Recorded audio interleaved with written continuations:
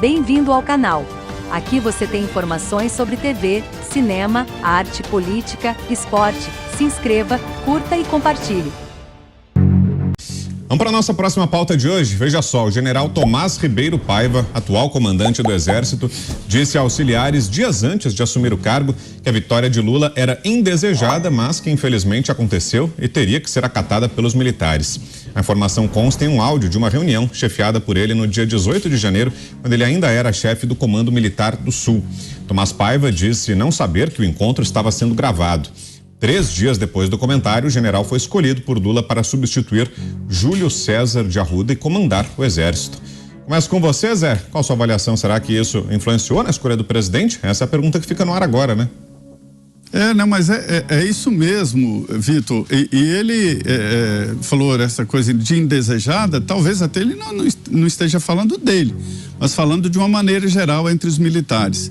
Eu conversei com vários generais, converso sempre com os generais. Aliás, eu queria cumprimentar o Coronel Fender, que agora entra na ala de oficiais superiores, né? Vai ser general, e isso é muito importante. Ele tem um perfil, é um novo general, o Coronel Fender, e eu fiquei muito feliz por isso. Mas os setores de comunicação do Exército, sempre vou tomar café e converso, né? E o que eu ouço em mais de uma oportunidade é o seguinte: isso lá atrás, eu já falei isso aqui, se você fizer uma pesquisa no meio militar sobre Bolsonaro e Lula, aí falou 70% decidirão pelo Bolsonaro. Aí alguém que estava do lado falou assim: olha, eu aumentaria isso para 80%. Agora, se o Lula ganhar, a maioria quer seguir a Constituição. Esse é o pensamento dos militares, né? Então, vou repetir: se fizesse uma pesquisa só nos quartéis, Bolsonaro venceria. Me falou um general 70%, o outro remendou 80% ou mais por cento de votos para Bolsonaro. Mas daí a dizer que as Forças Armadas embarcariam com a possibilidade de manutenção de Bolsonaro, isso aí é uma minoria e principalmente estaria na reserva. Era o que eu ouvia. Então essa fala dele ali é tradicional, que é o debate o seguinte: olha, nós aqui preferimos Bolsonaro, mas o debate é outro, não é se a gente prefere, é se o Lula ganhar, e aí? Né? Nós vamos ou não? E aí a maioria diz: olha, tá certo, a gente prefere o Bolsonaro, mas se o Lula ganhar, a gente não pode quebrar a Constituição e fazer nenhuma movimentação. E foi exatamente o que aconteceu. Então, o novo comandante do Exército apenas verbalizou o que é comum na caserna, viu? Você, Poit, que achou da fala? Brown, eu acho que a postura do Exército, a postura dos militares está correta, e essa fala dele, ponderando, falou: olha, o Zé colocou bem, né? Entre os militares, obviamente, eu nem tenho essa informação, tá, Zé? Mas se eu fosse falar, uma grande maioria é Bolsonaro, né? E ele colocou: a vitória foi indesejada do Lula, mas a partir do momento que ganhou, vida que segue, democracia. Ele mesmo disse algumas declarações que fiscalizaram o procedimento eleitoral e não viram alguma irregularidade, acham que tem que melhorar, acham que tem que evoluir, mas vida que segue. Agora estão exercendo o papel dos militares, que é um papel de Estado e não um papel de governo. Então, eu não vejo problema nas falas do general no momento privado, no momento que não era fala pública, que não falaria ali como general para a população, para sua tropa, e mais um desabafo, uma opinião pessoal. Mas a postura dele como militar é zelar pela nossa pátria e fazer o papel de Estado e não de governo ocasional ou temporário. Pavinato. Ninguém tem que achar nada da fala dele, porque é uma fala que se deu no contexto da intimidade. A intimidade é um direito da personalidade e ela é protegida tanto pela Constituição quanto pelo Código Civil. Existem 2 tipos de fala íntima e, quando são reveladas, mesmo que criminosamente, devem ser analisadas de maneira diversa. Uma é a fala íntima que revela um crime. Uma fala íntima que revela, por exemplo, um abuso sexual. Uma fala íntima que revela uma amizade com um criminoso, que revela um desejo indesculpável, um desejo indecente, um desejo que causa mal ao outro, desumano. Outra coisa é uma fala íntima da sua preferência política, e cada um de nós goza neste país de liberdade religiosa e ideológica.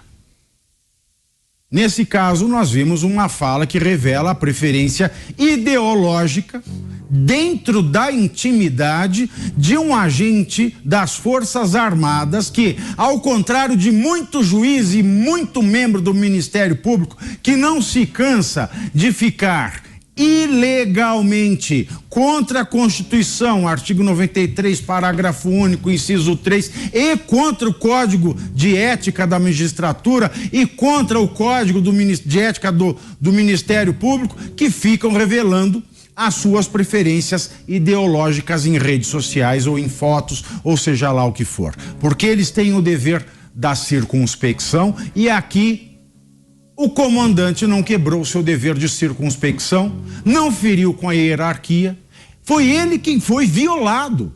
A intimidade do comandante foi violada ilegalmente, criminosamente, e nós deveríamos estar aqui comentando o seguinte: como é que pode um criminoso violar um direito pessoal da personalidade de um homem íntegro?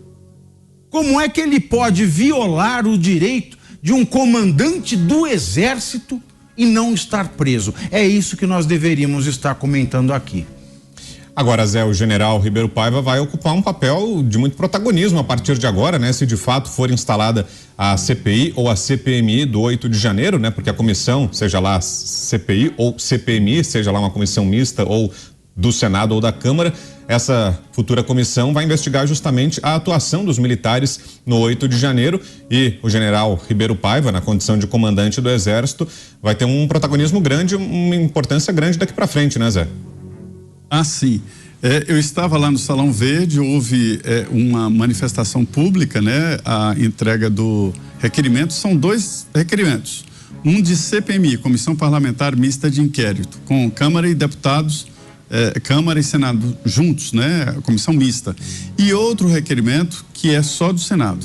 Já existe precedentes de que funcionam 2 CPIs, uma no Senado e outra mista. Já houve um momento, uma na Câmara e outra no Senado, sobre o mesmo assunto. Se o requerimento atinge as assinaturas, o presidente não pode não instalar. E isso já foi parar até no Supremo. E o argumento era a Covid, na época, né? Ainda existia a Covid, o Congresso funcionando de forma remota, e o Supremo mandou instalar. Então, a tendência é que aconteçam as 2 CPIs. Todos os discursos lá, Vitor, isso é muito interessante. Eu ouvi os discursos lá, todos disseram: essas pessoas que quebraram os prédios do Congresso, do Supremo, não nos representam, ou seja, não são patriotas. Essas pessoas não são os manifestantes que estavam em frente às instalações militares. Mas e quem são? A CPI vai revelar e vai particularizar o que fez cada um. Isso porque a CPI tem agilidade e tem forças que o Executivo não tem, o Judiciário sozinho não tem e o Legislativo não tem. A CPI meio que une esses 3 poderes e pode fazer de uma maneira muito mais ágil, né, essa investigação. Então será uma comissão parlamentar de inquérito que vai tirar o pano de cima disso e revelar quem são essas pessoas, que alguma coisa aconteceu ali. Não eram as mesmas pessoas, esta é a impressão. E uma CPI pode convocar muita gente, né? Pode convocar qualquer um. O Congresso, por exemplo, tem limites, só pode convocar secretário nacional e ministros. Uma CPI pode convocar qualquer um, né? Há dúvidas ali sobre outros poderes, né? Sobre o presidente da República, sobre o Supremo Tribunal Federal, mas poderá convocar, mas basta convidar esse comandante do Exército. Ele não estava no comando das tropas quando isso aconteceu, né? E que o governo temeu em criar uma GLO, temendo que essa GLO pudesse tomar conta de um processo muito maior. Só aproveitando aqui, Vitor, eu conversei com algumas pessoas, entre elas o general Pazuello, agora é deputado federal.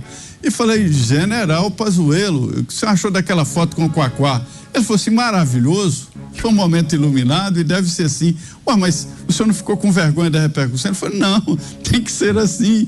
Eu falei, mas o pessoal lá do PT ficou com vergonha da foto? Eu falei, pois eu não. O Quaquá é importante e assim deve ser, deve conversar e assim por diante, né? Então, só para falar essa reação do deputado Pazuello. Algo mais para vir, Poit? Sobre essa fala do general? Não, eu acho um absurdo. Se ele for chamado a prestar esclarecimento pela quebra de um direito dele, isso eu vou achar um absurdo.